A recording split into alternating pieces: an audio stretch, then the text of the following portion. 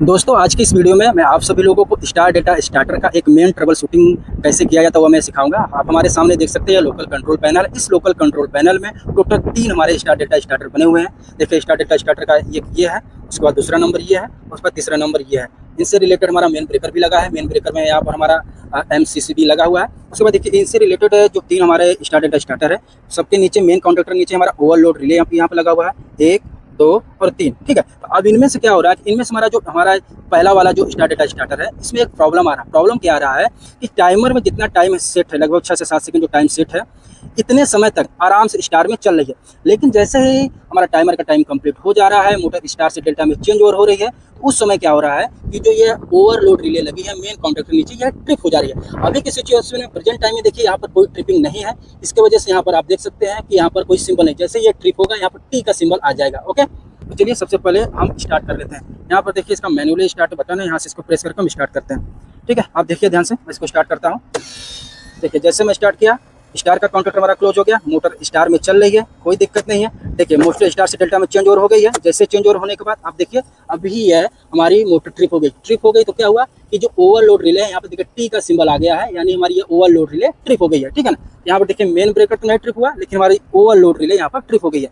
अब दोस्तों अगर इस तरह से अगर फॉल्ट आता है तो इसको हम सही कैसे करेंगे? सबसे पहले हमको ये जानना है कि इसमें फॉल्ट क्या है। ओके, तो अगर इस तरह से आपके स्टार डेल्टा स्टार्टर में फॉल्ट आता है तो इसके टोटल 4 से 5 रीजन होते हैं। तो मैं सब रीजन को एक बार एक एक करके आपको बता देता हूँ, फिर उसके बाद इसको फॉल्ट को हम सही करके आपको दिखाते हैं कि आपको बताएंगे भी कि यह इसमें कौन सा रीजन है। ठीक है, इसमें सबसे पहले इसका जो पहला रीजन ये होता है कि यदि मोटर जब स्टार से डेल्टा में चेंज ओवर हो रही है, स्विच हो रही है, यदि मोटर प्रॉपर डेल्टा अगर नहीं बनाएगी तो उस कंडीशन में हो सकता है कि हमारा ओवरलोड रिले ट्रिप हो जाएगा या फिर हमारा मेन ब्रेकर ट्रिप हो जाएगा। ओके, इसका पहला रीजन। और इसका दूसरा रीजन क्या होता है कि जो इंटरलॉकिंग होती है, इलेक्ट्रिकल इंटरलॉकिंग का मतलब जब हमारा स्टार का काउंटर क्लोज रहे तो डेल्टा का काउंटर ओपन होना चाहिए, और जब टाइमर में टाइम जितना कंप्लीट होने के बाद जब मोटर स्टार से डेल्टा में चेंज ओवर होती है, तब जब डेल्टा का काउंटर क्लोज हो तो स्टार का काउंटर ओपन होना चाहिए। यदि यह इंटरलॉकिंग प्रॉपर तरीके से वर्क नहीं करे, स्टार का काउंटर और डेल्टा का काउंटर दोनों अगर एक साथ अगर पिकअप हो जाए, क्लोज हो जाए, उस कंडीशन हमारा मेन ब्रेकर ट्रिप हो जाता है। ठीक है, और इसमें तीसरा जो रीजन क्या होता है, देखिए कुछ हमारे स्टार्टर में एक मैकेनिकल इंटरलॉकिंग होती है। और मैकेनिकल इंटरलॉकिंग हमारा स्टार का काउंटर और डेल्टा के काउंटर के बीच में यहाँ लगता है। और मैकेनिकल इंटरलॉकिंग कुछ इस तरह से होता है कि जब हमारा स्टार का काउंटर क्लोज होता है तो ये पत्ती होती है, वो स्लाइड होकर के डेल्टा के काउंटर को प्रेस करती है, होल्ड करके दबा के रखती है, और तब तक दबा के रखती है जब हमारा स्टार का काउंटर हमारा क्लोज रहता है। जैसे ही टाइम कंप्लीट करता है, मोटर स्टार से डेल्टा में चेंज ओवर होती है, तो जो ये पत्ती रहती है जो डेल्टा काउंटर को होल्ड करके रखती है, वो स्लाइड होकर अब स्टार काउंटर के काउंटर को होल्ड करा देती है, यानी दबा देती है। तो यदि ये जो मैकेनिकल इंटरलॉकिंग भी यदि प्रॉपर तरीके से ओवर करने पर अगर एक साथ अगर क्लोज हो जाएंगे तो उस कंडीशन में भी हमारा मेन ब्रेकर ट्रिप हो जाएगा। और जो मैं आपको बता दूं, ये मैकेनिकल इंटरलॉकिंग अब हर तरह के स्टार डेल्टा स्टार्टर में नहीं मिलेगा, आपको कोई स्पेशल स्टार डेल्टा स्टार्टर वहाँ आपको देखने को मिल सकता है। ठीक है, और उसके बाद अगर इसका मैं चौथा रीजन बताऊँ, चौथा रीजन यहाँ पे देखिए, जैसे हमको मालूम कि मोटर हमारे स्टार से डेल्टा में चेंज ओवर होने के बाद अगर ट्रिप हो रही है तो हमको डेल्टा के काउंटर को पकड़ना है। डेल्टा के काउंटर को हमको ये चेक करना है कि जिसका जो कॉन्टेक्ट पॉइंट है ना, कहीं इसके अंदर हमारा कार्बन तो नहीं जम गया है, जिसकी वजह से कॉन्टेक्ट जो प्रॉपर लग नहीं रहा है, तो उसको हमको मल्टीमीटर से कंटिन्यूटी करके चेक कर लेना है। यदि कॉन्टेक्ट गंदे हो गए तो उनको हमको क्लीन कर लेना है। ठीक है, तो इसका एक चौथा रीजन होता है। और इसका जो पांचवा रीजन ये होता है कि यदि हमारा जो टाइमर है, यदि टाइमर में हम टाइमिंग अगर प्रॉपर तरीके से ना करें, यदि टाइमिंग बहुत कम कर दें या टाइमिंग बहुत ज़्यादा कर दें, यदि टाइमिंग हम बहुत कम किए रहेंगे और मोटर बहुत जल्दी अगर स्टार से डेल्टा में चेंज ओवर हो जाएगी, तो उस कंडीशन में एक करंट का सर्ज डेवलप होता है। डेल्टा में हमारा जब चेंज ओवर होती है तो बहुत ज़्यादा करंट का सर्ज हमारा डेवलप होता है। उस टाइम में हमारा मेन ब्रेकर ट्रिप हो सकता है। या फिर यदि हम टाइमर के टाइम को थोड़ा ज़्यादा रखेंगे तो उस कंडीशन में हमारा ओवरलोड रिले ट्रिप हो सकता है। ठीक है, इसके 4 से 5 रीजन होते हैं। तो चलिए अब सबसे पहले हम ये चेक कर लेते हैं कि इसके अंदर कौन सा फॉल्ट हुआ है। इसमें हम पहला जो कारण है कि यदि मोटर प्रॉपर डेल्टा नहीं बनाती तो हमारा मेन ब्रेकर ट्रिप हो जाता है या फिर ओवरलोड ट्रिप हो जाता है। इसी को पहले चेक करेंगे। अगर ये वाला फॉल्ट नहीं मिला तो फिर हम दूसरे को फॉल्ट को चेक करेंगे। ठीक है, तो इसके लिए हमारे पास यहाँ पर हमने मल्टीमीटर लेके रखा है। अगर मान लीजिए ये फॉल्ट मिल गया तो यहाँ पर हम नंबरिंग के लिए यहाँ पर बनाए हैं, जिसका आगे चल के यूज होगा, मैं आपको समझाऊंगा। ठीक है, तो चलिए फटाफट से इसको हम समझते हैं। और सबसे पहले इसका नोटबुक में हम समझ लेते हैं कि मोटर प्रॉपर जो डेल्टा बनाती है तो उसका डेल्टा का स्टैंडर्ड कंसेप्ट क्या है, वो कैसे मोटर प्रॉपर डेल्टा बनाती है। ओके, तो चलिए अब आपको डेल्टा कनेक्शन का स्टैंडर्ड समझा देते हैं कि मोटर किस तरह से डेल्टा बनाती है। देखिए सबसे पहले आपको ये मालूम होना चाहिए, मोटर के अंदर 3 बाइंडिंग होती है। इन 3 बाइंडिंग को यहाँ पर मैं आपको बना के दिखा देता हूँ। एक बाइंडिंग ये हो गई, उसके बाद ये होगी हमारी दूसरी बाइंडिंग, ये हो गई हमारी तीसरी बाइंडिंग। ठीक है, ये 3 बाइंडिंग मोटर के अंदर होती है। एक बाइंडिंग हमारी यू होती है, दूसरी बाइंडिंग हमारा वी होता है, तीसरा बाइंडिंग हमारा डब्ल्यू होता है। तो इनका टर्मिनल नाम होता है। टर्मिनल नाम, अगर ये यू वाली बाइंडिंग है तो इसका यहाँ पर U1 और U2 पड़ेगा टर्मिनल का नाम। ये जो V वाली बाइंडिंग है तो इसका टर्मिनल नाम V1 और V2 पड़ेगा। इस तरह हमारे W वाली बाइंडिंग है तो यहाँ पड़ेगा W1 और यहाँ पर पड़ेगा W2। ठीक है, अब इन्हीं मोटर के जो 3 बाइंडिंग है, इनमें हमको 3 फेज की सप्लाई देना है। और 3 फेज की सप्लाई देखो कैसे कनेक्ट किया जाता है। मान लीजिए यहाँ पर R फेज हम दे रहे हैं, ठीक है। स्टैंडर्ड देखिए, मैं स्टैंडर्ड तरीके से बता रहा हूँ, इसी तरह से आपको कनेक्शन करना है और यही कनेक्शन हमको बताता है, इस तरह कनेक्शन किया जाता है। तो आर फेस है, तो आर फेस के देखिए अब दो भाग होंगे। इस तरह वाई है, वाई फेस के भी दो भाग होंगे। इस तरह हमारा जो बी फेस है, बी फेस का भी दो भाग होता है। अब इस दो भाग में क्या बता रहा हूँ इसको आप समझिए कि जो आर फेस है ना, इस आर फेस के दो भाग होते हैं। तो एक भाग होगा हमारा R1 का, दूसरा भाग जो होगा ये होगा R2 का।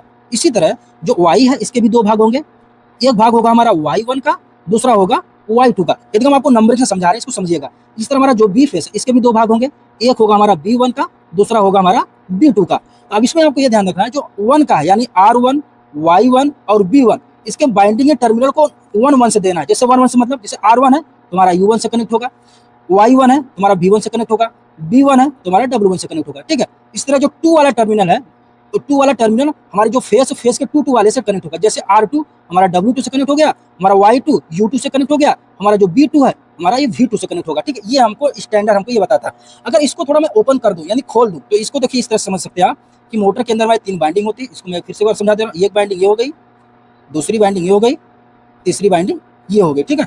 ये हमारा U, ये V, ये W, इनका टर्मिनल नाम U1, U2, V1, V2, W1, W2, ठीक है। अब इसमें देखिए कैसे हमारा फेस कनेक्ट होता है। जो हमारा U1 है इससे हमारा कनेक्ट हो जाएगा R1, जो V1 है इससे हमारा कनेक्ट हो जाएगा Y1, जो हमारा W1 है इससे कनेक्ट हो जाएगा हमारा B1, जैसा कि मैं आपको यहाँ पर ऊपर समझाया हूँ। उसी तरह देखिए जो हमारा U2 है, U2 से हमारा क्या कनेक्ट हो जाएगा, V2 से क्या कनेक्ट हो जाएगा, W2 से क्या कनेक्ट हो जाएगा, इसको आपको कॉपी कर लेना, देख लेना। इसी तरह से आपको काम करना है। जैसे हमारा U2 है ये कनेक्ट हो जाएगा Y2 से, V2 है V2 हमारा कनेक्ट हो जाएगा B2 से, उसी तरह W2 है किससे कनेक्ट हो जाएगा हमारा R2 से, ठीक है। अगर इस तरह से आप देखेंगे तो जो हमारी U वाली बाइंडिंग है, यहाँ पे देखिए इसको इधर से R फेस, इधर से इसको Y फेस मिल रहा है, 2 फेस की सप्लाई मिलेगी, ये बाइंडिंग काम करेगी। इस तरह इसको देखिए, यहाँ से इसको Y फेस मिल रहा है, यहाँ से इसको B फेस मिल रहा है, 2 फेस सप्लाई मिलेगी, ये भी ये काम करेगी। इस तरह से देखिए यहाँ से इसको B फेस मिल रहा है, इधर से इसको R फेस मिल रहा है, 2 फेस की सप्लाई मिलेगी, यह काम करेगी।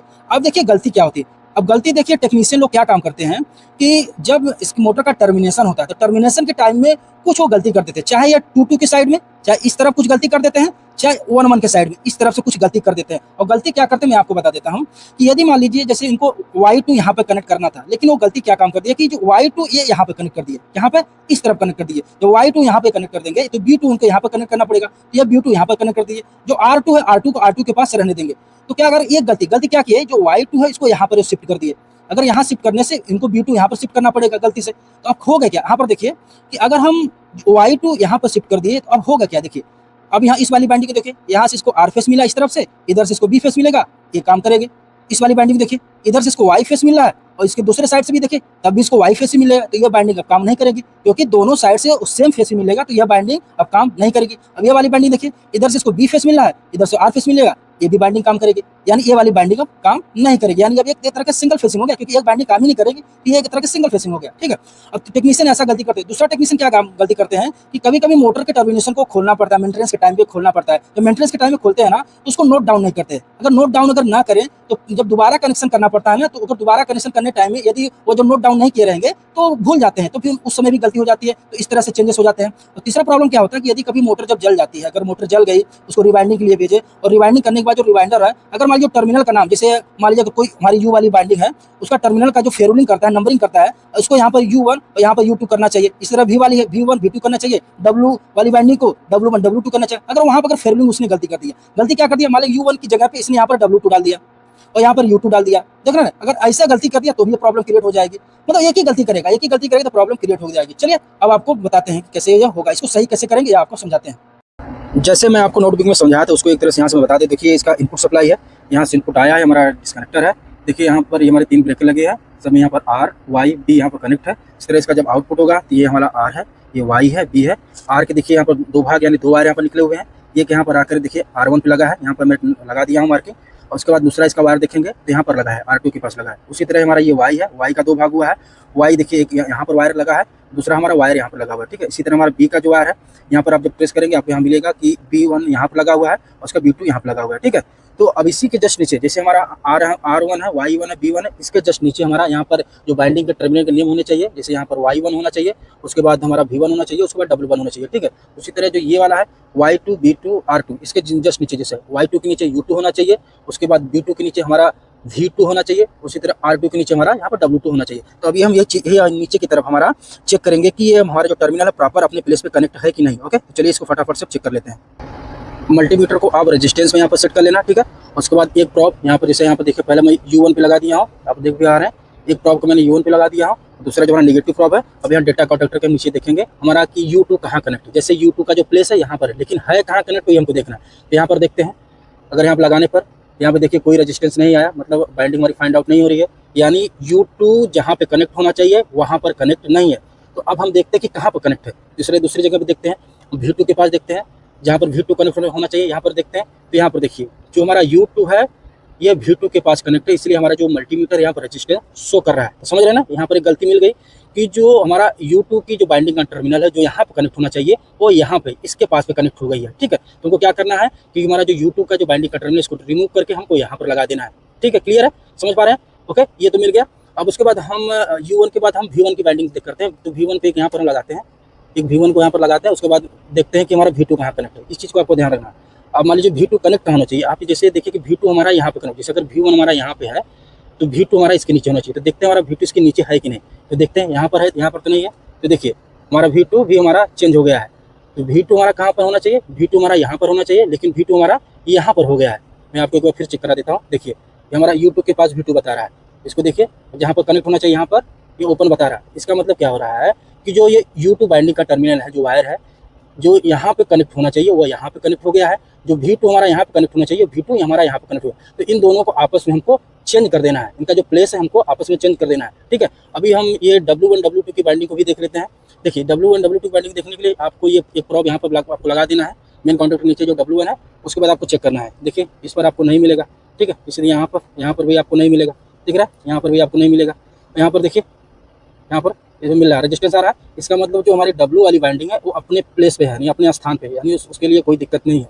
लेकिन ये हमारी जो बाइंडिंग है, हमारा U वाली बाइंडिंग का जो टर्मिनल हमारा U2 है ये अपने स्थान से हट गया है, इसको यहाँ पे कनेक्ट होना चाहिए, लेकिन ये V2 के नीचे कनेक्ट हो गया है। और हमारा जो V1 जो हमारी V वाली बाइंडिंग है उसका जो V2 टर्मिनल है जो यहाँ पे कनेक्ट होना चाहिए वो है U2 के नीचे कनेक्ट हो गया। तो इन दोनों को आपस में हमको चेंज कर देना है, ठीक है। और इसका मोर कंफर्मेशन आपको अगर और करना है तो आप ये चेक भी कर सकते हैं कि ये जो बाइंडिंग अगर गलत कनेक्ट हो गई तो इनको हमारी डबल फेज की सप्लाई मिल रही है कि नहीं। तो इसको कैसे चेक करते हैं, इसके लिए आप इसके जस्ट ऊपर आ जाइए, यहाँ पर जैसे अभी हमारा मेन ब्रेकर ऑन है तो यहाँ पर सप्लाई है, तो यहाँ जस्ट इसको हमको ऊपर चेक कर लेना है। अब वोल्टेज के एंड से और कंफर्मेशन करने के लिए आपको ऊपर आना है। मल्टीमीटर में आपको क्या काम करना है कि यहाँ पर वोल्टेज आपको इसको सिलेक्टर को वोल्टेज पर रख लेना है, ठीक है। अब हम पहले देखेंगे जो हमारी U वाली बाइंडिंग है वो अगर अपना स्थान चेंज की है तो उसको डबल फेज की सप्लाई मिल रही है कि नहीं, पहले ये चेक कर लेते हैं, ठीक है।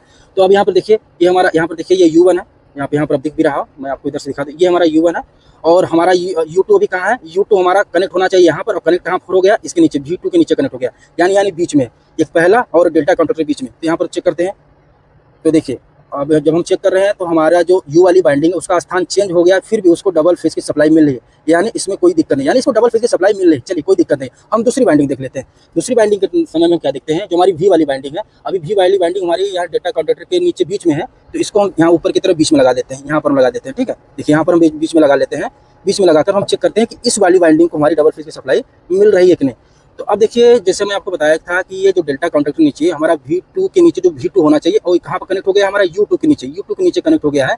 तो यानी ये जो बाइंडिंग यहाँ पर जो कनेक्ट है अभी हमारा V2 है, तो V2 का अब देखते हैं हमारा Y2 के पास में, हम वोल्टेज चेक करते देखते हैं इस वाली बाइंडिंग को। तो देखिए इस वाली बाइंडिंग को हमारी डबल फेज की सप्लाई नहीं मिल पा रही है, देख रहे हैं ना, इस वाली बाइंडिंग को डबल फेज की सप्लाई नहीं मिल पा रही। तो यानी मसला इसमें क्या हो रहा है कि जो स्थान चेंज हुआ, स्थान चेंज होने से जो हमारी V वाली बाइंडिंग है उसको डबल फेज की सप्लाई नहीं मिल रही है, जिसके वजह से मोटर सिंगल फेजिंग हो रही है, उसके कारण हमारा जो ओवरलोड रिले ट्रिप हो रहा है। अब इसको हम सही कैसे करेंगे, उनका स्थान परिवर्तन कर देंगे। जैसे कि यहाँ पर आपको मैं स्टार्टिंग से बताया कि जो U2 है यहाँ पे कनेक्ट हो गया है V2 के नीचे, तो इसको यहाँ से वायर निकाल करके इसके पास लगा देंगे, और जो U2 के नीचे वायर कनेक्ट है इसको निकाल करके हम V2 के नीचे लगा देंगे। चलिए इसको हम वापस लगा लेते हैं, फिर आपको स्टार्ट करके दिखाते हैं। आपको वायर को निकालने से पहले आपको मेन ब्रेकर को ऑफ कर देना है, सेफ्टी से आपको काम करना है, ठीक है। चलिए हम निकाल देते हैं फटाफट से, निकाल के इनका जो स्थान है इनके स्थान पर लगा देते हैं आराम से, कोई दिक्कत नहीं है। देखिए वायर को यहाँ से निकालते हैं, ये वाला वायर और ये वाला वायर दोनों, तो इनको अपना स्थान बदल देते हैं। ये वाला वायर हमारा अभी यहाँ पर लगा देते हैं, ये वाला वायर हमारा यहाँ पर लगा देते हैं, ठीक है। देखिए ये दोनों वायर यहाँ पर लगा दिए हैं और इसको हम टाइट कर देते हैं। देखिए बहुत सिंपल है, यदि आप कॉन्सेप्ट को अच्छे से समझ जाएंगे तो आप इस तरह से अगर ये पहला वाला अगर रीज़न आता है कि मोटर अगर प्रॉपर डेल्टा नहीं बना रही है, अगर उसके वजह से ये प्रॉब्लम आता है, तो आप इस तरह से बहुत ईजी तरीके से इस प्रॉब्लम को आप सॉल्व कर सकते हैं, ठीक है। तो फटाफट से इसको हम कनेक्शन करते हैं। उसके बाद हम क्या काम करेंगे, ओवरलोड रिले को एक बार रीसेट करेंगे, फिर आपको मोटर को चलाकर दिखाएंगे कि देखिए अब इसका प्रॉब्लम सही हुआ कि नहीं, ठीक है।